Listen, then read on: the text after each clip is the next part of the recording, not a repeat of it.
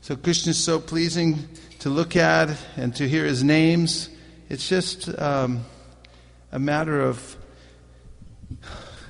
staying in contact with the spiritual sound vibration. This is the recommendation of Rupa Goswami, who gives us the essence of all advice. Tanama Rupa Charitari Sikirtananu Smrityo Kramena Rasanamana Yoja Tishtan Vraje Tananuragi Jananugami Kalam Nayeda Akilamiti Upadesha Saram.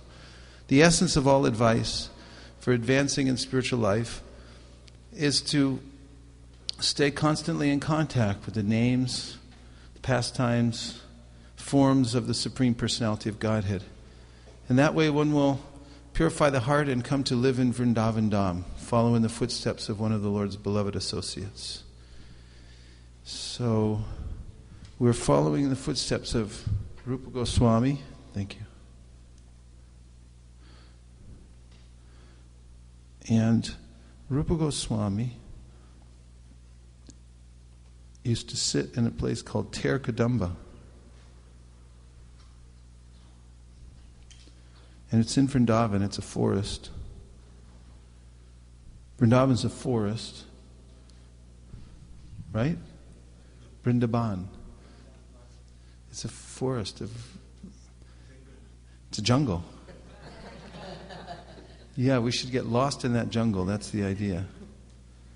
And there's a place where Rupa Goswami used to sit and do his bhajan and also write his books.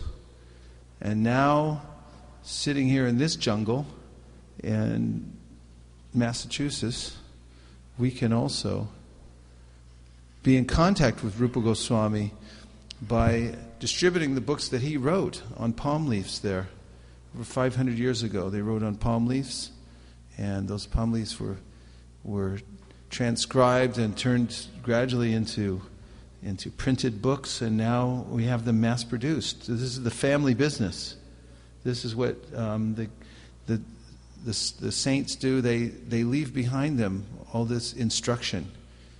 Twayam bujaksha kila satvadamni samadhina veshita chetasaike twat padapotena mahatkritena kurvanti govatsa badam bababdim. And it's because of these instructions left behind us by the saints that as we take them to heart and follow them and adjust our lives according to their instructions, this is what the verse says. Twat pada potena mahat kritena. These instructions are great instructions because there are many good causes in this world. If you stop anyone on the street, they'll tell you they have a good cause. But we don't want to miss the great cause for the sake of all the good causes. And so this great cause, mahat kritena, means to follow the instructions of these great saints. And when you do, then the ocean of the material world shrinks down from an ocean size to the size of the water contained within the hoofprint of a calf. Vatsapadam. Little calf makes an impression in the mud. And how big is it? It's about that big. And it fills up with rainwater. And there you have it. You can step right across. So this is the greatest welfare activity, to give this knowledge, to take it for oneself, to adjust one's life according to these instructions. The essence of all advice is given in the Nectar of Instruction, written by Rupa Goswami there in Ter Kadamba. And now we have those books available to pass on to others. And this is the great cause, to take it oneself and to pass it on to others. This kind of service, this kind of seva is the highest seva. Who says so? Lord Shiva says so. Tapyante lokatapena sarava prayasojana parama aradanam tadi purushasya kilatmana. Lord Shiva, just before he drank the ocean of poison at the request of all the demigods who were afraid of their destruction, and the destruction of the universe, because when they churned the ocean of milk, out came Kalakut poison, deadly poison that was threatening the whole universe. And Lord Shiva, being so merciful, being a great Vaishnav, he voluntarily took it and drank it. It didn't affect him, though, too much. His throat turned blue, and therefore he's known as Nilakanta. However, before he drank it, he told everyone, Tapyante lokatapena, the highest service that you can do to Krishna, to the Lord who's within everyone's heart, parama aradhanam, that means the highest service, is to take voluntary suffering for the sake of the suffering of others, to give them an opportunity to come out of that suffering once and for all. That is the highest service. Tapyante lokatapena. Sadhava prayasojana. So, following the footsteps of Rupa Goswami and the great acharyas, reading their instructions, and then paying our debt to them by distributing their books and giving everyone an opportunity to educate themselves as to the purpose of life and to come back home, back to Godhead. This is the greatest service. And there are many ways to do that. Just now we have a window of opportunity where we have books. And the world's in such a condition that we can actually go out pretty much anywhere. Some countries it's a little harder than others. I was in Vietnam recently, and we were advised not to go out and tell people about Krishna consciousness freely because we would end up in the police station because we are already being followed. Here in Boston, people may look at you, but they're not going to stop you. So you have an open opportunity right now to distribute knowledge as much as you like. Shri Shri Radha Gopi Vallabha Ki Jai. And there are many ways to do it. Here's one way that we invented recently, Bhaktivinoda Thakur Monthly Sankirtan Festival. Just a little background, 500 years ago, Sri Chaitanya Mahaprabhu came and taught the chanting of Hare Krishna, and he went all over South India, induced people to take up this process, keep this vibration going, and then he told them, become happy yourself, become perfected yourself by chanting Hare Krishna, and then teach others how to do it too. Didn't he say that? Yes. Yes, he did. Verily, he and Lord Nityananda, who is none other than Balaram himself, opened a marketplace for the holy name. And Bhaktivinoda Thakur in 1891 reopened that marketplace. Why reopened? Since Chaitanya Mahaprabhu appeared 500 years ago. And after he disappeared from this world, several hundred years after, the message had been obscured. As this world is an enervating plane, as we move through it, things become destructed, they become corroded, people tamper with them, and they fall apart. So it requires some refreshing. And Bhaktivinoda Thakur himself, who lived at a particular time when the English were coming to India and trying to rewrite history. They were trying to convince the Indians themselves that their culture wasn't worth much. And they were doing a pretty good job of it because even the intellectuals of the time began to distance themselves from the Vedas and the Srimad Bhagavatam and many other writings. And Bhaktivinoda Thakur admits that he was among them in the beginning, until he discovered the teachings of Lord Chaitanya Mahaprabhu. After Bhaktivinoda had studied Koran, Bible, and all the other world scriptures exhaustively, and finally he found the teachings of Sri Chaitanya Mahaprabhu, which were not easy to get at that time. Are they easy to get now? Yes. How much is a set of of Chaitanya Charitamritas? How much? Free online. Free online? And how much is for a set of books? 150. Only 150? Big one. You're practically giving them away, you mean? 150 for a full set of Chaitanya Charitamritas. Does everyone have a full set of Chaitanya Charitamritas? Everyone who has a full set of Chaitanya Charitamritas, raise your hand. Okay, everyone else see me afterwards. Okay.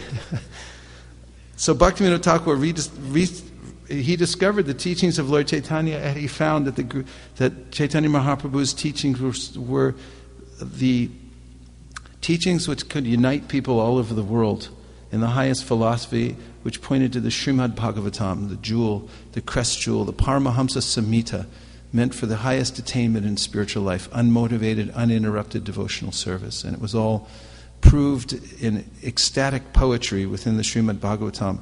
So he became so excited about this, but he was alone.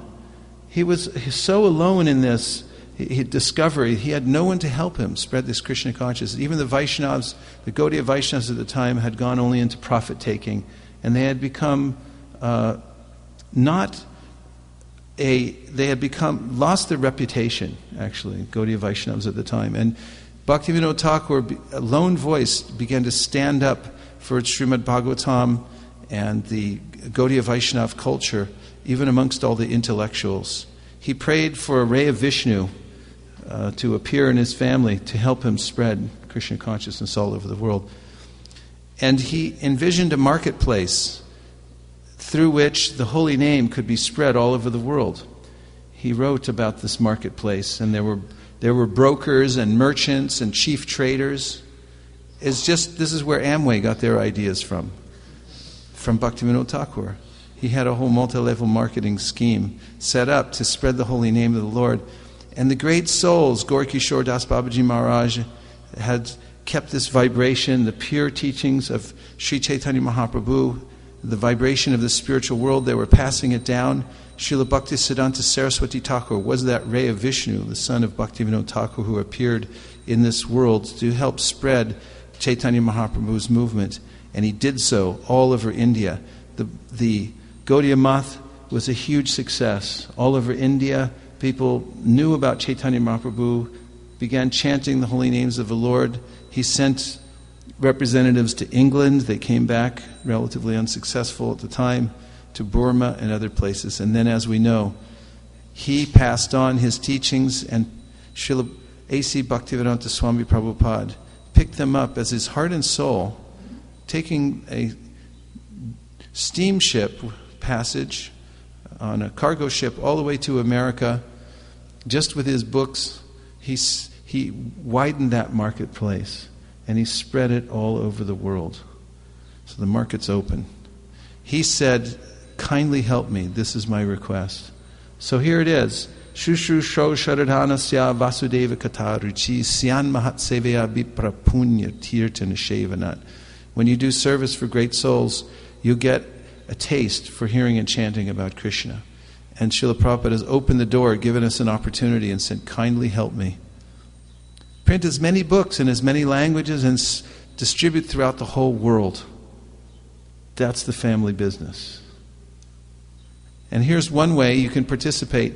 We just finished this program, and it's one phase is finished, and now the next phase is starting. But here's something we just invented recently. Join, distribute books, build a team, and report your score. And this all takes place through the seventhgoswami.com website, which is an unprecedented revolution in distributing Krishna consciousness all over the world. And how does it work? It works through networking, reaching out to others. You don't have to do it all yourself. You can reach out and build a little team or a big team, as you like, to spread the Krishna consciousness movement all over the world. Who's invited? Who can you invite? Who can you tell about this thing? Friends, family, associates, pets? Vaisheshika Das, what's wrong with you? Here's the scheme. Merchants, team builders, master team builders. A merchant is someone who registered on the website, distributes at least one book, report the distribution of at least one book on the website. Next step up was a team builder who got 3 more people involved to do the same thing.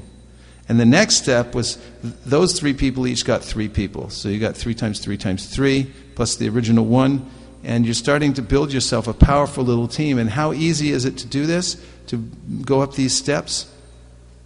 Through this team building scheme, using the power of 3, 3 times 3 times 3 times 3 times 3 times 3 times 3 times 3 times 3 is 29,000. It's that easy. How fast you can accelerate and spread 29,000 books around the world. And I'll show you how it just happened recently in the last few weeks. Anyone could participate in this last campaign. We invited people from all over the world. We had 50 countries that reported. 50.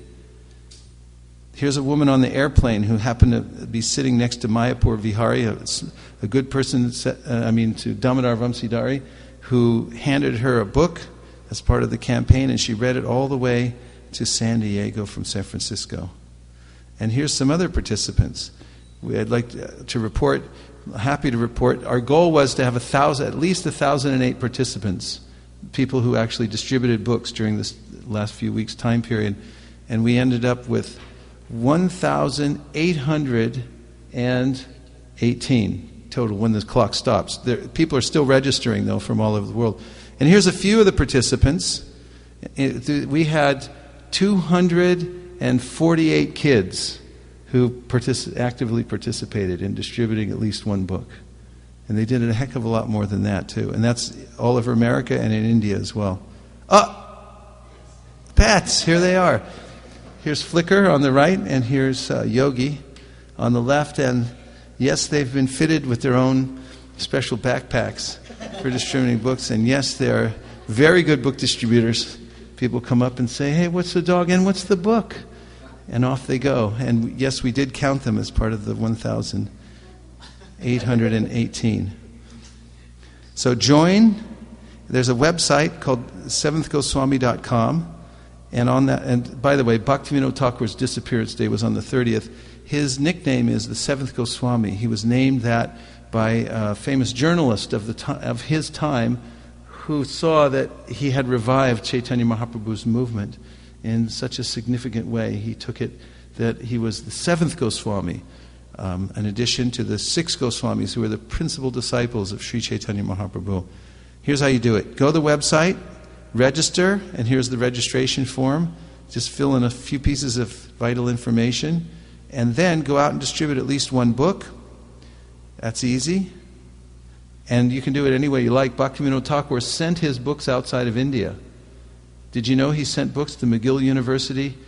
That book's still there, right? Somebody has it. And Thoreau, Emerson, he sent books out to the intelligentsia of society. So you can do that too. And build a team. That means getting other people involved. Family, friends, pets. And here's how you do it. Once you register on the website, you get your own unique dashboard with a URL that is your very own. You see it down here? And you can invite people through Facebook. You can copy this URL and send it out to other people. And when they follow that and come back to the website and they join, they register, they're in your team. And you can build your team as much as you like. And then you'll see across your dashboard, as you build your team, you'll notice how your numbers change. Your team score starts to add up here. How many books, how many people are in your network. So there are the steps. And you also get a place to report your scores and a place to tell your story. And there it is, step summaries. So we completed this project starting May 27th, and it went all the way to June 30th. And now in a few days, the marketplace, there'll be a new project that everyone who's registered can apply for. One of the projects we're considering is called BAM, Book a Month. So everyone who's there, if you just do at least one book a month, can you do that? One book a month? 30 days to distribute one book. Is that doable, you think? Yeah. So that we're counting on a lot of people each doing just a little bit, the masses of people. And how many people do you know? You could build a network yourself of 1,008 people. So we get 1,008 people getting 1,088 people. And we have some significant numbers, right? So if you need help, we have a live help, staff waiting by their computers and their phones to give you assistance in developing your book distribution team. And there's an administrative number there. Here's your staff waiting to serve you. They're all sitting by the phones, ready to answer your calls or emails at this very time. 24 hours a day, the marketplace is open. Hare Krishna. Now, we'll talk about the importance of book distribution. We have a legacy, and Krishna mentions in himself in the Bhagavad Gita that there's no servant in this world more dear to him than the person who's engaged in passing on transcendental knowledge to others. Chaitanya Mahaprabhu, who's an avatar of Krishna, appeared 500 years ago, predicted that the Krishna consciousness movement, the chanting of Hare Krishna, would spread to every town and village. And here's Chaitanya Mahaprabhu and his associates dancing down the streets of Miami, Florida. So it must be true. Thakur Bhaktivinoda predicted that a personality would soon appear to preach the Krishna consciousness movement all over the world. And Srila Bhaktisiddhanta Saraswati came as part of that prediction, that prophecy, a fulfillment of that prophecy. And he gave an instruction to Srila A.C. Bhaktivedanta Swami Prabhupada, and that was, if you ever get money, print books. Again, it's our family business. And this is the evidence of Prabhupada's early efforts to distribute books. And this pamphlet that he made to advertise his books was distributed to shops and other people. And it is about India's message of peace and goodwill. So anyone who takes this mission and process we call an ambassador of goodwill. And you'll notice something about this, hopefully, that will strike you, and that is that Prabhupada mentioned 60 volumes of elaborate English version. And at the time that he was distributing this pamphlet, he had 3 volumes. He also mentions all over the world for scientific knowledge of God. And at the time, he had no resources, he had no connections, no money. He was on his own, and he was envisioning a worldwide movement, thinking big. So he was backed by Lord Chaitanya and the internal energy of the Lord. And anyone who develops this determination to take up the family business will similarly be backed by the power of Lord Chaitanya Mahaprabhu to spread Krishna consciousness all over the world. Think big. Or think small, but just think. That's the main thing. He had a plan. He really had a plan, and that was by printing books that it would inject the philosophy into society. And this is really how human society gets changed. It's through literature. In America, Thomas Paine wrote a pamphlet before the American Revolution, and that is what sparked the American Revolution, according to historians. It was such a well-written pamphlet. You can read it. It's online. You can Google Thomas Paine's pamphlet for the American Revolution. And he made such strong argument. In just a short amount of time, that pamphlet was distributed to half of America's population. And they decided what they were going to do, and that was they were going to declare independence. And happy 4th of July, everybody. That's what happened. Because of the writings, the pen is mightier than the sword. When somebody takes the trouble to write something down, to codify it, to put it into words, to put it into books, to get it out to the society, it has its effect. It's systemic. It gets out there. It gets into the culture. It gets into the art. It gets into the music. That's what's happening nowadays.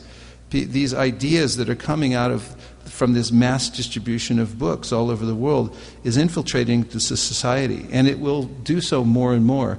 And according to the atmosphere in the world, people will take more or less to the reading of these books, and probably more as things tighten up around the world. People are looking for answers, spiritual life. And those who are very sincere, already seekers, these are lifelines.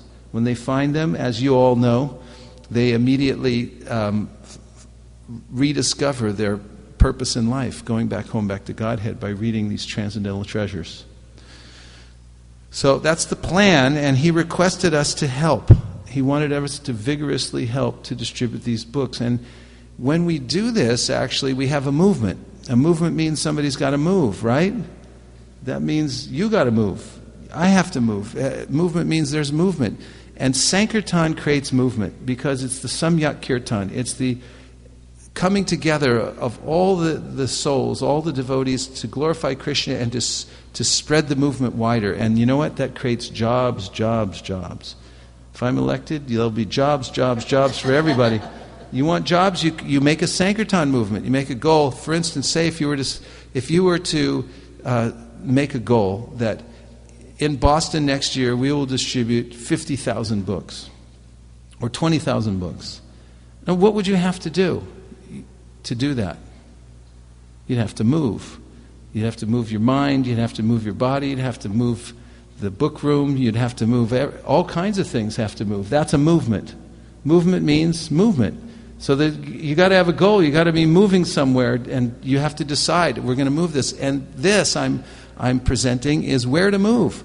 Move out into the world and do the highest service by meeting people and giving them an opportunity to read Bhagavad Gita, to read Srimad Bhagavatam. And think big. Think in all kinds of ways how to infiltrate society. For instance, there's a group in our community in San Jose that a couple of years back, a couple of devotees came to me and they said, hey, we want to put Bhagavad Gitas in all the motel rooms all across America, just like the Gideons have done all over the world. And I said, go for it. And that's what they've done. Now there are over 100,000 Bhagavad Gitas in motel rooms, and their first goal is to put 1 million. So that... Haribol. That's one person's inspiration, and now it's growing into a big thing. And here's one of the largest proponents of this and who's contributed to it mightily. This is Manish Puri from Houston, who's on his... He jumped on board and helped to steer this to a very high level of success. And now he's moving to India. Boo! No, just kidding. No, he'll do it from there also. I have full confidence. So there are many, many ways to distribute books, but vigorously try for this book distribution and all good things will happen. Book distribution is a kind of sadhana. It's a high sadhana. It's a practice in devotional service. Is everybody comfortable? Please make yourselves comfortable. Yeah. Is everyone okay? Yes. You're all fine? Scale of 1 to 10, you're a 10? Okay. Rapid way to make spiritual advancement. When you try for this book distribution, just try for it. Think of it this way. It's a kind of sadhana. Don't worry about the numbers. Don't worry about the movement for now. Just think about how you're going to make advancement in spiritual life. And simply by this attempt, you'll get superior strength and knowledge in Krishna consciousness yourself. Every time you think about it, you go out. Just like when Nirkula and I caught a cab to come to the airport in San Francisco from our house. Then when I left the house, I grabbed a few books and I put them in my bag, and it just so happened that the cab driver was a nice guy.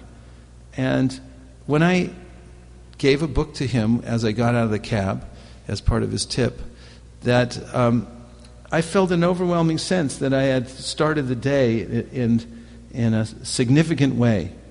And I was thinking, what if I hadn't given him a book? He just would have driven away with empty. But all the way, as I was getting in line, going through security, I was thinking about that guy in the book and what he might be doing and what the effect the book might have.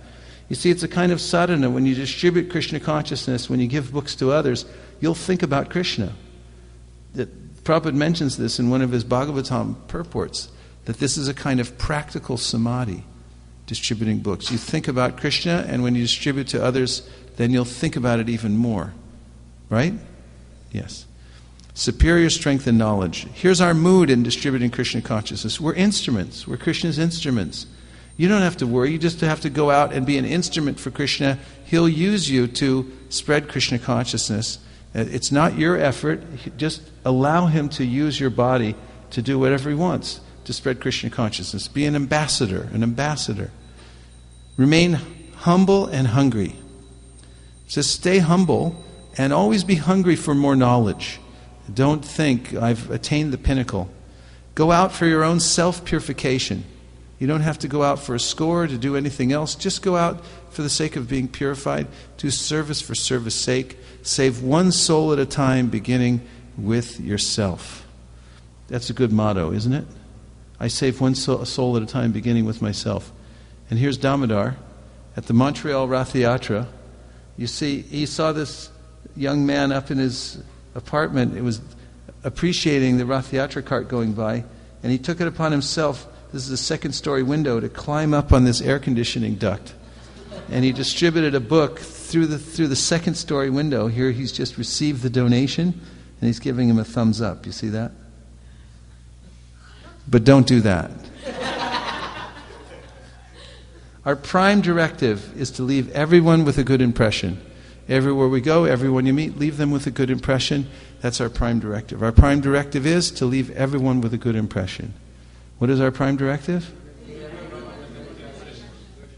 Our prime directive is? I'm not convinced. Our prime directive is? Okay. And if I said, leave everyone with a good impression, you'd say that is our? And if you walk out of here today and someone says, what was the whole seminar about? What did you learn? You'll say, our prime directive is? And if someone wakes you up at 1:30 in the morning, they come in your room and they shake you and they say, what's our prime directive? You'll say? Yes, you will. Yes. Leave everyone a good impression. Treat everyone with respect. One who sees everything in relation to the Supreme Lord and sees the Supreme Lord within everything never hates anything or any being. One who always sees all living entities as spiritual sparks, in quality one with the Lord, becomes a true knower of things. What then can be illusion or anxiety for him? This is the Sri Upanishad. This is high philosophy. And this is the result of that is we treat every entity that we meet with the utmost respect. This is Sankirtan. It means to develop this vision that Krishna is within everyone's heart, and every living entity that we meet, whether it's an ant or whether it's a human being or whether it's Lord Brahma, we see that this person is vital and important, and we should show respect. Of course, there are gradations of respect that we show, but we see that the living entity is the most important thing in this world. Another way to leave a good impression is to offer kind words. People are so abused in this world by insincere or unkind words. And if you just take the time to offer kind words to your spouse, to your children, to your friends, to your temple president, to your neighbors, to the people you meet, just try it. Okay, just try it right now. Just turn to somebody next to you and offer some kind words. Go ahead. Turn to somebody next to you, offer some kind words. A couple of kind words, that's all we ask.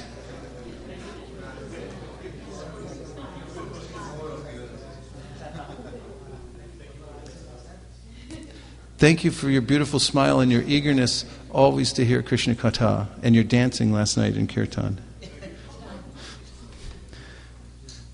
Now that's how you have a good day. You just go out and give kind words to everyone, or go in and give kind words. Say, today I'm going to offer kind words to everybody I meet. That's just the way it is. I offer kind words to everyone I meet, and that you'll be on Sankirtan.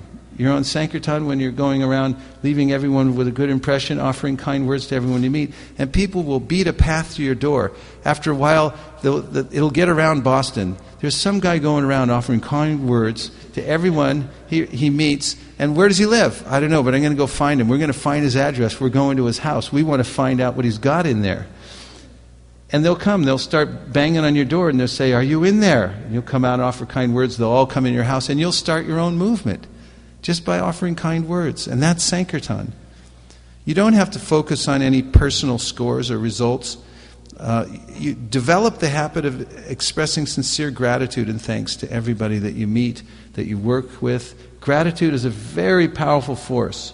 It is it's touching the web of the divine as you're experiencing gratitude and offering it to other people. And if you culture that and you expand it, it turns into this all-encompassing consciousness that you see Krishna and the living entity everywhere, and you're appreciating Krishna.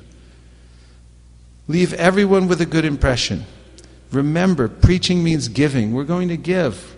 We have an overflow of things to pass on to others, and that's why we're doing it out of joy, out of happiness, out of an expansion of the things that we have. We're so happy. Like if somebody falls in love, what's the first thing they do? They try to go tell everybody about it, and then everyone says, wait a minute, not so fast. Just keep it to yourself for right now. But that's the nature when you have something so good that you want to go tell everyone. I just won the lottery. Let's call everybody and tell them that. So preaching means giving. It's kind of an overflow of this experience that we're having. Don't be condescending to people. People are wary of this kind of approach that I'm condescending. I know everything. You don't know everything. I'm going to save you, or you'll die. We don't want the crusades. We want to be kind friends to others so that they can accept it graciously. Express empathy People are suffering in this world, and Krishna says in the Bhagavad Gita 6:22 that the best yogi is the one who empathizes with the suffering and the happiness of all the other people in the world. So open your heart, be empathetic to others. Practice reflective listening. This is one way that you can be a kind friend to others, is actually listen to what they're saying. People have things to say, listen carefully, and repeat back to them what they've just said to make sure that you've understood. And make people feel special. Because they are. Everyone's special, aren't they? Is there anybody in this room that's not special? What do you think? Anyone in this city that's not special? That doesn't have a history? That isn't part and parcel of Krishna? Doesn't belong in the spiritual world? Everyone's special, aren't they? Shri Shri Radha Gopi Ballabha ki jai. Shri Shri Gaurnitai ki jai. Jagannath Baladev Subhadraji ki jai. Now, if you can imagine for a minute, this is a technique that you can use. And that is that, imagine that everyone in this room has a sign around their neck that says, "Make me feel special." Close your eyes. Close your eyes. Now imagine that everyone in the room has a sign around their neck that says, "Make me feel special." Do you have that in your vision? I'm not convinced. You do? Okay. Okay, so open your eyes. Now turn to the person next to you, or anywhere in the room, and do something to make them feel special. You give them $100. It'll all come back. Come on. Be open. Make them feel special. All you have to do is say, "Hey, you're special." There, some people are giving hugs, other people are giving smiles. That is how to communicate. And you feel the energy in the room? That's the Sankirtan energy. Fun, right? Isn't it good? Now expand your vision. See, it's still going on. It can't be stopped. It creates a chain reaction. Now imagine that everyone in the city of Boston has a sign around their neck that says, "Make me feel special." You think they have a sign around their neck that says, "Make me feel like a jerk"? Some people think that. They think that everyone has a sign, "Make me feel like a jerk. Make me feel low. Make yourself feel better and me lower than you." Do you think that's what they have? No, they have a sign around their neck mentally. It's a mental sign that's saying, "Make me feel special." And that's all you have to do to communicate with people. That's all you have to do to go out and be an ambassador of goodwill. See every living entity, whether it's a cat. Cats have them around their neck too. See a little cat? Say, "Hey, come here, cat. You're a special cat." You know that? There's no other cat like you in the world.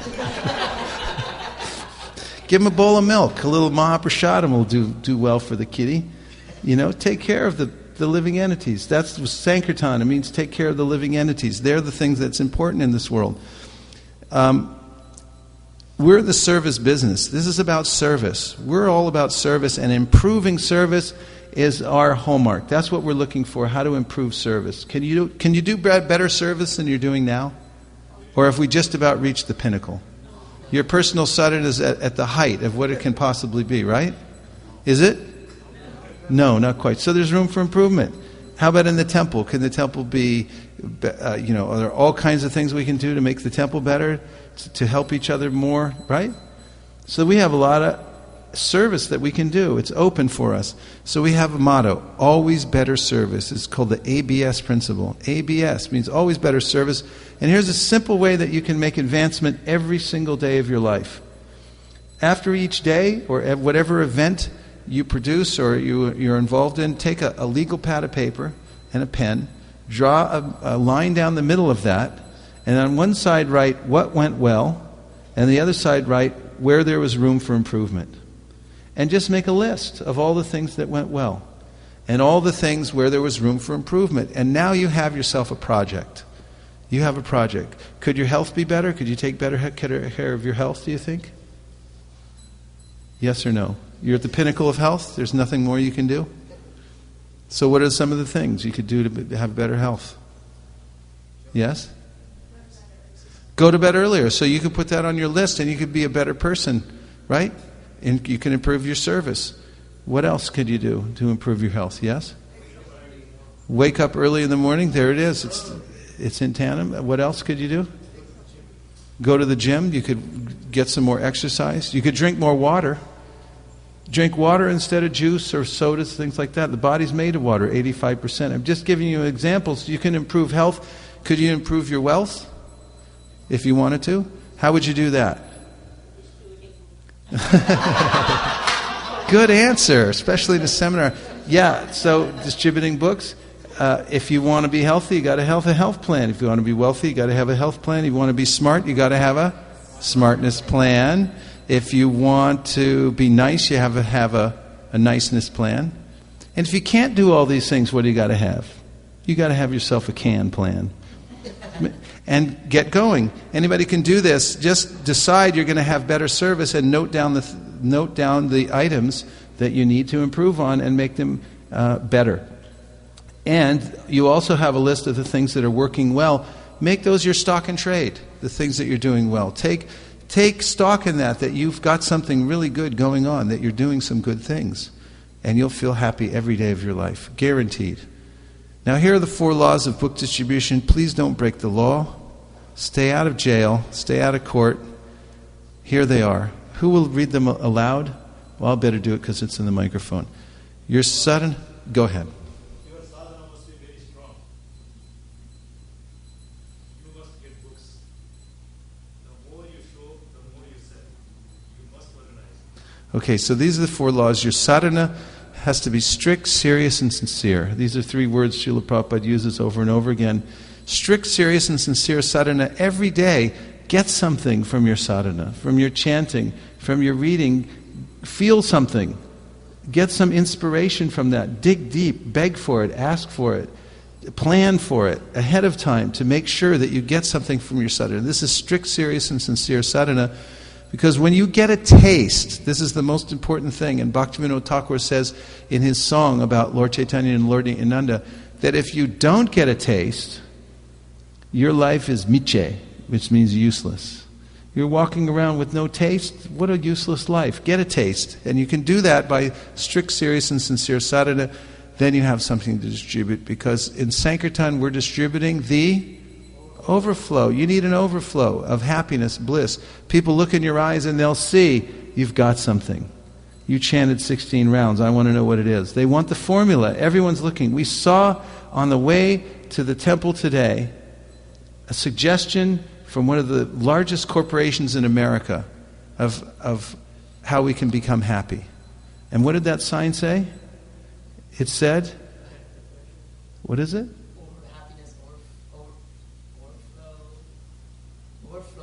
Coca-Cola. Had a picture of a can of Coca-Cola being opened, and it said, "Open the happiness." And it had you're opening up a can of happiness. Now that's a concept. You get some sugar water in a can, throw some really bad tasting stuff in it, and then shake it up, and here it is. Open the happiness. This is what's being advertised everywhere, but the real formula is in the spiritual mantras. And if you take this, you'll actually experience this, and you'll actually have an overflow to distribute it, and that's actually what we're doing. Now, the second law of book distribution is very important. It isn't, I don't think, listed as one of the laws of thermodynamics, but I think it should be added to that. Any scientists in here? And that is that you must get books. Please say, you must get books. And the reason is that you can't distribute books that you don't have. I promise you that. So if we go out today for the Sankirtan and we don't bring any books with us, not one book, how many books approximately will we distribute? How many? 0. I thought you said 2. Okay. We'll distribute approximately 0 books. So you have to get books. They're available, get them. There are multiple languages available. Here was a very nice, sweet man that I met in California. That's us standing together. He's from Afghanistan. He's a Muslim priest, a Muslim mullah. And when I met him, I greeted him Salam alaikum, alaikum salam, marhaba kifelak, alhamdulillah. And he came over and he asked me if I prayed to Allah. And I said I did. And he asked me if I did 5 times a day. And I said 16 times. And he gave me a big hug. And he wanted to know what the books were. And I just happened to have a Farsi book, you see. He speaks Farsi, and that's a Farsi book, The Perfection of Yoga. And he was so pleased. He wanted to know where all the other Farsi books were. And I do too. And you see, if you get books in multiple languages, then you can plant seeds all over the world. You can get books in Spanish, Chinese, Korean, Vietnamese. And this is our key. Prabhupada said earlier, we saw, print books in as many languages as possible, distribute all over the world, right? It's our family business, isn't it? Is it our family business? What's our family business? That's right. So get books and take very good care of them. In Toronto, they don't allow shoes in the book room. It's the same standard as in the Pujari room. They have somebody in there cleaning the place, and you leave your shoes outside. It's a sanctum sanctorium. And treat these books like deities, the deities that they are. Now here's the third law of book distribution, which is the more you show, the more you sell. There's a particular aspect of this law, and that is that whenever we see it, we always say it twice. So let's say it. But we always say it again. Because it's so important. People are out looking for Krishna everywhere, and if you just make the books visible, people will walk up and ask you about them. Now, if you take a book out, do you have a book I could take a look at? Did we break the laws? Number 2? What is the number 2 law? We better get books, huh? I don't want to go to jail. Okay, look it. If I go out and they stand on the street, what's the name of the street out here? If I go out and stand on Commonwealth Avenue and I just stand like this and I don't move, what do you think will happen? People come and look at it, you think somebody will buy one? I think they will. I guarantee you they will. In fact, Madhavendra Puri, I heard, he goes out from this temple. This is his technique. He just stands on the corner and he stands like this. He does 60 books a day, just stand there. The more you show, the more you sell. Eventually somebody's going to come up and look at it and see, that's not Coca-Cola, that's something else. And they're going to want to know. And you'll say, pour out the pleasure. It's all in here. Soothes the mind and heals the soul. Thank you. So, make the books visible. Here's one way that some devotees around here are making books visible through the smart box. It just is an innovative way to make the books visible, and there's many, many other ways that you can do it. This is a little on the honor system. Put the box in a store. People can take the books out, put the money in the box, and they're happy to do so. Here's Srivas Pandit behind a smart table on the street, and he's very happy because people are coming over to purchase books. Now, the fourth law of book distribution is you must organize, because you can sell a couple of books here and there if you don't organize, but if you organize, you can conquer an empire. You can take over the world through organization. And using your skills, brainstorming with your group, setting goals, and just get going, you'll find that you can expand your team unlimitedly. Isn't it? I can say that I've seen this happen several times recently. In San Jose, California, about 5 years ago, we started with 3 devotees going on Sankirtan.